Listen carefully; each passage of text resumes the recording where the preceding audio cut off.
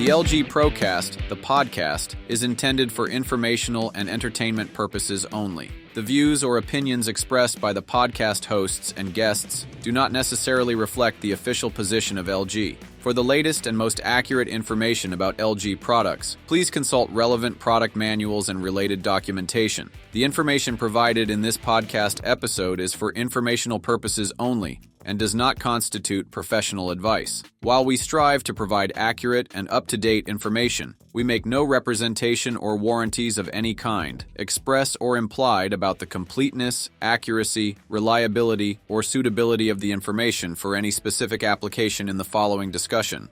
LG and those posting or otherwise providing information, content, or material are not responsible or liable for any consequences relating directly or indirectly to any action or inaction you take based on the information, content, or other material on the podcast. Welcome, everyone, to another episode of LG Procast. I'm your co-host, Terry Frisenda. Joining me today is Phillip Kriegbaum. Good to be here, Terry. And today we have a special guest, Randy Reinard with Thos Somerville. And Randy, thanks for being here. If you want to take a second, introduce yourself, tell us about you guys, tell us about Thos Somerville, and certainly. So I'm with Thos Somerville Company, privately owned plumbing and heating distributor in the Mid-Atlantic states. I've been with Somerville for 35 years. I'm in charge of the plumbing side, and water heaters fall under my umbrella. You've been in water heaters for quite a while now, if I understand right. I have been. We stock about 9,000 water heaters, yeah, it's a good business to be in. I imagine. Sounds it. So, with the introduction of our heat pump water heater over the last 24 months, your company, Thos Somerville Company, was one of the first companies to really say, "Hey, this thing's for real." And you guys jumped in flat-footed. You made no bones about it. You ordered the most, you stocked the most, and subsequently you're selling the most. What made that decision somewhat easy for you guys? Well, that's funny because when my boss, my EVP, came to me and said, "Hey, we want you to take a look at LG's heat pump water heater." For about 7 months, I said, "We have enough water heaters. We really don't need another one," right? And I really didn't know what made it special, quite frankly. So at that point, I was harassed by him for about 7-8 months, like I said. And then finally, I had a chance to meet with the people who made this heater. And I met with the executive team from LG. And I started to see how different this heater was than the other products that were on the market. Once I really understood the product, I could see the advantages of it. And again, what made it different. So at that point, we decided, we took that leap of faith and we ordered the heaters. We brought them in and quite frankly, we haven't looked back. Awesome. Go ahead. What were some of those differences between the LG water heater and some of the others on the market? I mean, I guess some people would call it a hybrid heater. Some manufacturers call it that, but and my understanding is you carry some of those as well. But what were some of the differentiators that made it stand out to you? Yeah, of course. Great question. The variable frequency compressor was, it's not a single speed compressor, right? So, its ability to ramp up and down based on load and really to go above capacity, to float between that 40 and 120%. And, there's a lot of reasons, quite frankly, Phillip. I mean, that's probably at the top of my list, but I mean, I can go through a checklist of a bunch of reasons why I thought this product was different and better in design and would, be super effective for us. I'll name a couple other things. The aesthetics, quite frankly, it's a nice looking heater. It's 58 gallon versus a 50 gallon, right? Where everybody is kind of come in at that entry level with a 50 gallon and we have a 58 gallon, which again makes it different. It's quiet. I mean, you're talking 40 to 42 decibels, depending upon what mode you put it in. One of the things that I think really attracted me as well is, they're really taking this product through the professional channel. And I like that because, water heaters are sold. And I'm a big fan of support after the sale. At the end of the day, there's a lot of products, technical products, I'll say, that are being sold both on the plumbing and HVAC side. And at the end of the day, when you have a problem and you spend a lot of money for those products and you have a problem and you can't find a solution, to me, it's a bad value proposition, right? We want to be able to service and take care of not only our contractors, but the end users. And again, those are some of the things. I hope I answered your question, Philip. Those are some of the reasons, just off the top of my head, quite frankly, that made this thing so attractive. Awesome. Yeah, I think maybe it'd be good if we just took one step back. I'm assuming that most of the audience knows kind of what we're talking about, but maybe we step back 1 second and just explain what is it that we're talking about? What is a heat pump water heater, and compared to any other water heater they've ever had? Yeah, you're right. Let's not get too far ahead. At the end of the day, we sell, and we have sold, and my whole career I've sold electric water heaters, right? And up until a certain point, electric water heater technology has been around since, I think, like the 40s, right? And it's 2 elements, 2 thermostats. It's real basic. It's a steel tank with some insulation and a jacket. It is as basic as basic could get, right? And so for the longest period of time, we, at least through Somerville, and I'm sure our industry, we really didn't have, when they were saying, hey, you wanted to get a more efficient electric water, people are always being conscious. They're always conscious about efficiencies, right? They want to be green. They want to reduce their bills. They want to enjoy these things, right? At the end of the day, I still remember for the longest period of time, we would have 3 electric water heaters, and there would be a good, better, best. And there would be about, $5 or $7 of operating cost difference between the 3 levels, right?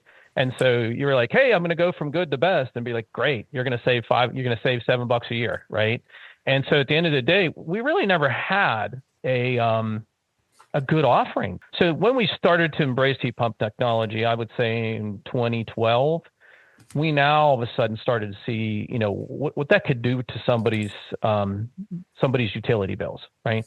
To where, we were starting to see those, reduction in costs. So we're really taking, instead of those elements in the thermostats, we're really taking advantage of the BTUs, the heat that's in the air, typically in a basement in the United States, I'll say.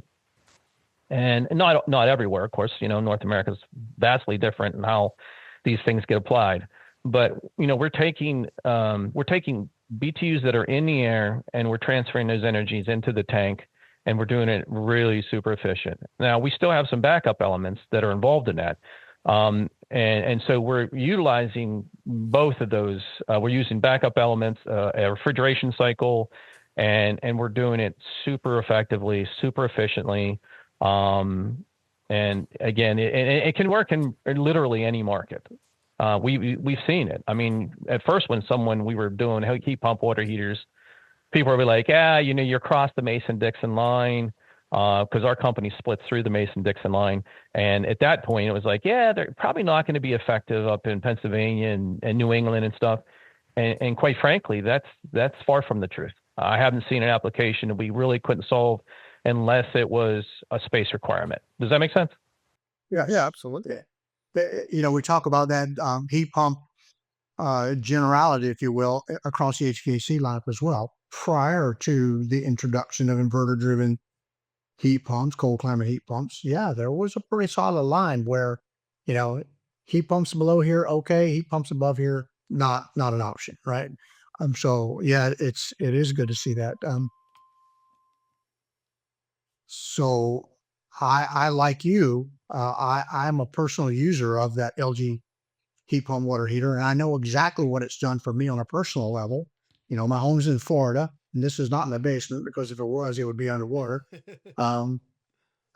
But it's in my garage. And so the byproduct of making hot water is the discharge of air conditioning, which now in my garage is an air conditioned garage. And that's hugely beneficial, because that reduces the load impact because now those walls that used to be non-conditioned from a garage space are now a conditioned space. And that's changed my air conditioning load as well. So I got the benefit of more efficient hot water heater and the benefit of my heat pump in my home cooling being easier and less expensive to run as well. Yeah, listen, the further south you go, I mean, like I said, it fit basically in every state that we're in. But the farther south you go, those fringe benefits of the cooling cycle, man, they just multiply, right? Yes, sir. Because now all of a sudden, in addition to that, in the south, because we know it's never humid where you're at, Terry, right? Yeah, So right. now all of a sudden we're wicking all that moisture from the air at the same time. So now all of a sudden we're dehumidifying, we're literally cooling the air. Now, I'll say that, I mean, and that's unbelievable. If you're down in this, again, you're down in Virginia and South, I mean, it really has some other benefits besides just reducing utility bills. I couldn't agree more. The area I live in was all destroyed by Hurricane Helene. So one by one, we start to rebuild these places back.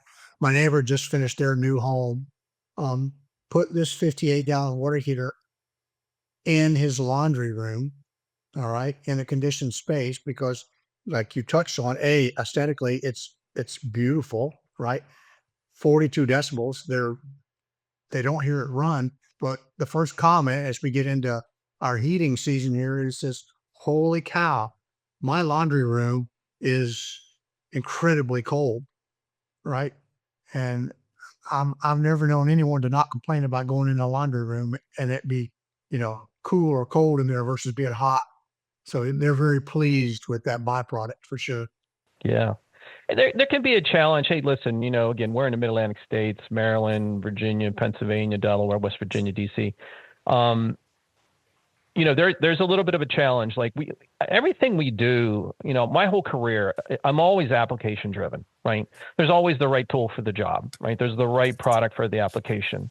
As long, at least when you're, again, in the north, I would say midway up and north, I do stress to people that, hey, listen, let's fit the application, meaning that I love this heater, but at the same time, we want to make certain it's put in the right application, meaning that we need at least 700 cubic feet of available space for this thing to operate. If we don't have that, we do have the ability to duct it, pull air from the outside and push air to the outside. I always thought that, man, grabbing air from an attic, where it's like 1,000,000 degrees and grabbing those BTUs and using those BTUs and then maybe discharging back into an attic or, going into a crawl space or grabbing from a crawl space or a garage, right? Having a conditioned garage is really, is really beneficial, quite frankly. I mean, I look at those things in ideal situations. Now, again, lots of it is code driven, code dependent. That's the one of the things when I talk to folks, I say, hey, listen, it's going to cool your air. Some people say that's fantastic. Some people say, well, do I have a man cave downstairs? How much is it going to cool the air? Because we're not in the business of trying to make people uncomfortable while we're making them hot water, right? So we want to be conscious of that. We're very forthcoming with that. But listen, there are a lot of basements out there that are nothing more than a catch-all for sports equipment and Christmas decorations. People don't necessarily live in their basements, right? And they have that mechanical room or they have that space, that big wide open space where it's going to have less of an effect of cooling those airs, cooling that air and changing that temperature. Yeah, this is in that application again a really good use of the LG heat pump water heater.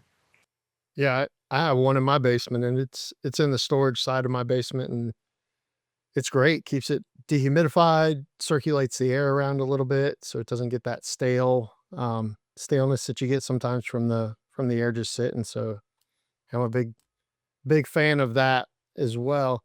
Randy, let's talk about installation a little bit because, from my conversations out in the world, I talk to HVAC guys and they're like, well, I'm not a plumber, so I don't want to mess with that, which is a whole nother conversation because I think it's an amazing profit avenue depending on your state, whether you're allowed to put them in with your HVAC license or if you need a plumbing company to handle your permits or installations for you. But then I go and I talk to plumbers and they're a little bit leery of it.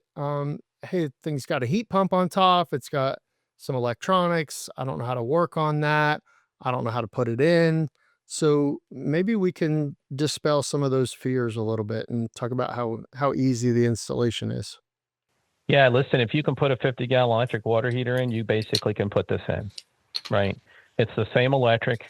The only real difference that I look at, and I talk to people, again, full disclosure, is it makes condensate. But so often, water heaters are, in many, many, many applications, water heaters are very close to the gas condensing furnace or the air conditioning unit, the air handler, and they're already addressing the condensate from those units, right? So there's probably a condensate pump, on the floor where you can tie this condensate into. Again, I'm going to qualify this and say different codes, allow you to do different things, but some people will actually run them over and drop them into a sump pit.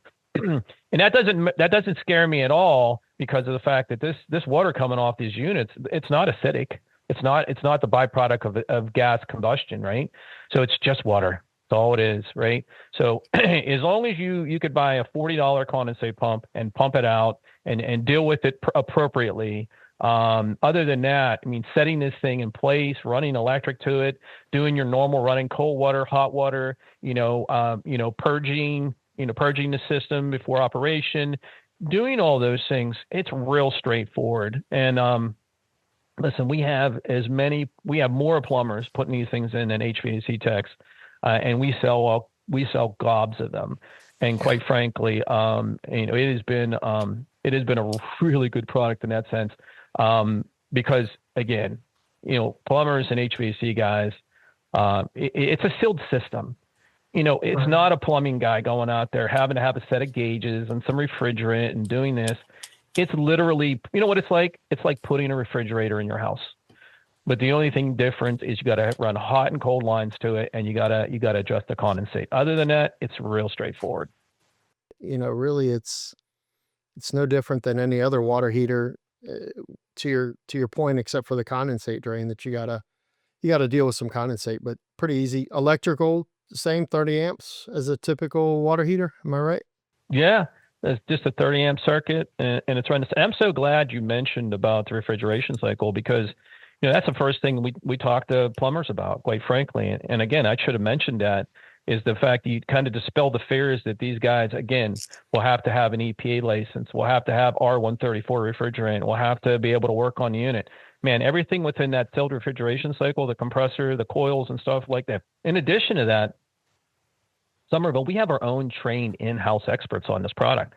So when somebody does, if they do have an issue, we're encouraging them to reach out to us, right? We're going to walk them through.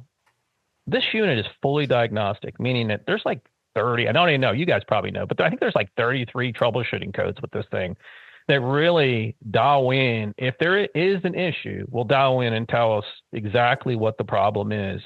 So the troubleshooting with one of these things, real straightforward, where, people are just replacing parts and guessing and this and that. We just don't see that. And quite frankly, I mean, we sell these things, and one of the reasons why we're doing as well as we are is because of the fact that we sell them. They go out and they don't come back, and customers love them. Yeah, I mean, they're super easy to work on. I put one in my house, in my basement, not too long ago, and as soon as I turned it on, I had an error code. Opened up the manual, told me that the CH04 was for a clogged drain line, which I knew I didn't have. I popped the cover off, and in transport, because mine got shipped around a few times before it made it to my house, the float switch that, if you do get a clogged drain, had gotten knocked loose. Literally in 3 seconds, put it back where it was supposed to be, and cleared the code. But the manual had everything in it. The owner's manual told me what all the codes were. I mean, it was literally about 2 minutes worth of troubleshooting and repairs before I had that thing 100% up and going. I wanted to talk about, or ask your guidance and expertise on when we talk about heat pump water heat efficiencies. And I see a UEF, a uniform energy factor. Is that the right word? A uniform energy factor of 3.93 or 3.97, and that's apparently high from the water heater measurement standards. our audience understand, what is the UEF for a tankless gas water heater? That's a great question, because lots of times they'll run on thermal efficiencies. And that's the crazy part, Terry, is, the whole HVAC and plumbing industry, they use different scales, for no better terms, right, to measure stuff. You have SEER. When you talk about air conditioners and heat pumps, you think about SEER, and you think about EER, and you think about AFUE, annual fuel utilization efficiency. You think about thermal efficiencies. You have all these things, but the water heater, for some reason, the water heater industry, at least on the electric side, they so often talk in uniform energy factor, right? And that's their measurement for how efficient an electric water heater is, right? And so often it's kind of funny, because you're trying to explain this to somebody. And so in layman's terms, and this is just how I do it, I want to explain to somebody. So a standard 50-gallon electric water heater, and it pretty much doesn't matter whose you buy, is going to be in around that 0.94 uniform energy factor, right? 0.94.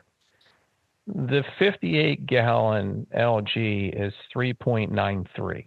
Again, we'll talk about, I'm sure we're going to talk about rebates and tax credits, because that's just crazy what's driving that. When you look at the rating tag, the governmental rating tag that LG has no say over, the standard 50-gallon electric has an annual operating cost of about $494. When you compare that to an LG 58, you're talking about $177. Wow, so we're saving on average, and I know it depends on your electrical rate and your usage. Big family, that exaggerates the savings even more. But on average, we're saving $300 a year ish, and they get more hot water out of it, right? So when all the teenagers take a shower and dad gets in last and gets a cold shower, with the LG, we can actually produce more hot water. One, it's a 58-gallon tank versus a 50, but the recovery rate's faster, right? Yeah. I mean, we're actually getting more first hour rating. We're getting more water out of the hybrid or the heat pump water heater. And in addition to that, Philip, we have an 80-gallon model, and, 80-gallon residential water heaters by code went away. I don't know, was it 6 or 7 years ago? For so all those people that are trying to find a solution for an 80-gallon electric water heater, man, this fits a great. This is the one you want. It fits a great. A lot of larger homes, they're twinning two 50s together, right? Jocelyn, who produces this show for us, we have a home, and Philip has the information as well. We have a home in Boulder, Colorado. Whatever Boulder is, 6,000 feet in the air, right? We have LG Inverter, MVS, whole home heating and cooling heat pumps with no electric heat installed, along with a 58-gallon heat pump water heater installed. And by the way, on that job, we're discharging the cold air into his wine cellar, which is next door, which is cooling his wine cellar. He's very happy about that. But the power consumption numbers, and I'll let Philip, do you remember what he told us he's paying for electric bill on that home? And by the way, that home is like 6,000 square feet, right? I don't remember the bill number. What stood out to me was that he had one of those smart energy panels that monitored how much amperage is being pulled at any given time. And I think he told us that over the course of a year, the most amperage on his 6,000 square foot house was 86, 88, something like that. 86, 87 amps. Yeah, well under 100 amps. And I mean, we're talking a 6,000 square foot home. Most builders wouldn't touch that house with less than a 400 amp panel. Well, he has 600 amps of electric service in there. He come to find out he's using at the most 80 amps. But, the house was built using all the latest construction technologies and efficiency standards and things like that. His, it's darn near net zero, right? It is literally costing him a couple dollars a month to heat and cool his house and have hot water for his family. Great story. We have a case study on it. It's called Living in Place Institute. It's a a home built for accessible residents. So it's a great story. It's out there. It's a Living in Place Institute, but yeah, you can check that out. Nice. I wanted to, there's something, I just want to touch upon two things that I talked about. Number one, Philip, you'd ask about the differences in installation. And I did forget one thing. We do sell a small surge protector, right? Because it's been my understanding from day one that, inverter compressors are the best. Let's face it. The modulation that you get is second to none.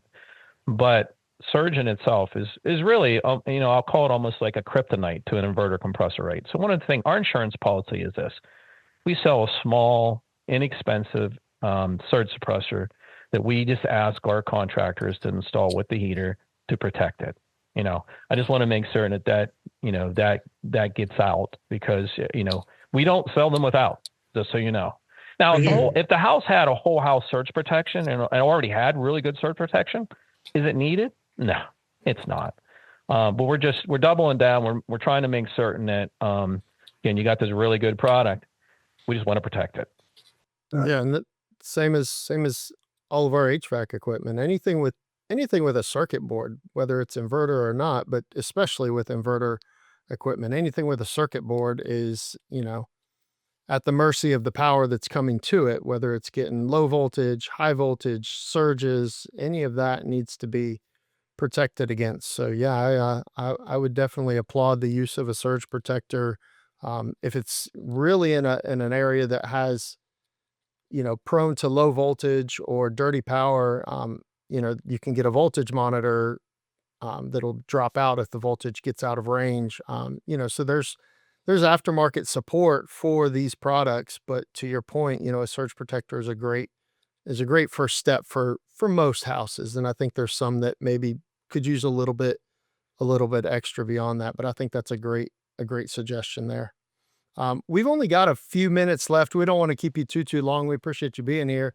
And I do want to talk about rebates, and you brought it up, and that's a tough topic to cover when it's a national audience here. I know you guys have phenomenal rebates in your part of the neck of the woods. Not everybody enjoys the local rebates that you have, but there's also some federal tax credits. Maybe you can talk about, just give some examples in your area of some of the local stuff, and then talk about some of the national credits. Yeah, certainly. So, we have some of the largest rebates there are in Maryland, right? Four of the utilities in Maryland offer $1,600 rebates. One of the utility offers a $1,000 rebate. We do business in Virginia, which is anywhere from $250 to $400. Pennsylvania, which is typically, I'll say, between $300 and $500. So there's some really large rebates. In addition to that, there's a tax credit. There's a federal tax credit. And the federal tax credit, the way it reads is you will get 30% up to $2,000 of the installed cost of the heater back on your taxes for installing one of these. Now, you do have to back out your utility rebate first, right? But that ends up being a sizable discount when you think about the utility rebate, the tax credits, and of course, people that are watching this podcast have to see what their local utility is offering. But most utilities, like the vast majority of utilities, are offering, rebates for sure. And again, that plays right into that return on investment. One of the things, and if we want to expand on it, but one of the things I want to talk about is NECA. There's something coming in 2029. It's called the National Appliance Energy Conservation Act. And we've seen these things come down the pike where it said, hey, anything over 55 gallons had to be heat pump technology, basically. Well, that's supposed to be, right now, it's on the books. It was approved last April, and it's supposed to be every heater over 35, every electric heater, residential electric heater over 35 gallons is supposed to hit a certain efficiency. And the only way we know to do that today is through heat pump technology. So, what I'm saying, it's coming unless the rules change. Unless something happens, that technology is coming and everybody's preparing for it. So, when you're thinking about what heater do I buy next, are you going to buy something that potentially could be obsolete in 5 years, 4 years, right? Or are you going to buy something that, could take you to the next product that's going to be employed across the states. So yeah, and although it's not illegal, if you're just using electric elements as your only method to heat the water, I mean, when did that start? 50, 80, 100 years ago? I really don't know, but it's been a long, long time. Randy, Terry, anything that you guys want to add? I know we kind of need to wrap it up. We're kind of getting close to time and don't want to monopolize too much of Randy's day, but I appreciate you guys. Anything y'all want to add or finish out with? No, the only thing I would add is, when you hear Randy talk, you understand they care about what they do. They care about their customers and their customers' customers. So it shines and it shows through. So, selfishly, thank you for your support of our products, and thank you for being here today to help our audience understand more about heat pump water heaters. Yeah, of course. Listen, man, we always want at Somerville, we want to give back to the industry. We want to do the right thing. Right. So at the end of the day, we really do believe this product is the right thing. And I alluded to this. The one thing I didn't mention when Philip first asked me, hey, listen, what attracted you to this? And I told you some of the reasons. But, one of the reasons also is, when they brought these things out, when LG brought these things out, they took them to Europe. So, they had these things going in Europe for probably three years. So we didn't have to be the guinea pigs, right? I've seen the numbers and they had no issues with them in Europe at all. It was kind of peace of mind for me to be able to bring a product in that, hey, listen, there's always the cutting edge of technology. And sometimes I call it the bleeding edge of technology, where you're the first one to adopt it, you wrap your arms around it, and sometimes you feel the pain points. In this situation, those pain points, if there were any, were already felt long before they got to the States, right? And the fact is we just sell them. Right. And they go out and customers are very happy with them and they do what they say they're going to do. And that's what we like about this product. And that's really important, having a product that does what they say they're going to do. And hey, our contractors that have embraced this product and this technology, they just keep putting them in. And so once somebody kind of, gets used to install one of these, so often that becomes their hybrid water heater of choice. Absolutely. So for the guys watching, if you're in the Maryland, DC, Pennsylvania area, please reach out to Thomas Somerville. They're an amazing resource. For the rest of the country, if you're looking to acquire one of these, you can find your local LG HVAC distributor. Most of them are stocking them. If not, they have the ability to order them. Obviously, if you tell them you're going to buy one, they're going to start bringing them in for you. That's the way distribution works, right? They stock what you guys demand from them. So just let them know that that's something that you're interested in. I'm sure they'll bring it in. Of course, you can reach out to LG directly if you have any questions about where to source them from. But, if you're up in Randy's neck of the woods, please reach out to them and go from there. So, and that network's expanding. We're always expanding. Right now, it's being sold through our HVAC distribution channel, but that's growing. There's more and more plumbing warehouses that don't handle HVAC that are coming online as partners as well. So on our website, you can find distributor locator and things like that. So guys, thank you so much for joining us. Randy, it's been a pleasure. Terry, it's always fun hanging out. Thanks for joining us, and we hope to see you on the next episode of the LG Procast. Thanks, guys. See you guys. Thanks, Randy. This episode of the LG Pro Podcast was recorded by LG Electronics USA Inc., LG, and features a discussion between LG hosts Terry Frisenda and Phillip Kriegbaum with Randy Reinard, Sales and Plumbing Product Manager of Thomas Somerville Co., about heat pump water heaters. Companies mentioned in the podcast: Thomas Somerville Company, Somerville, an authorized reseller of LG products. LG does not endorse Somerville's products or services. LG disclaims all liability and is not responsible for any damages or issues arising from the use of Somerville's products or services. LG, the LG logo, and ThinQ are registered trademarks of LG Corp.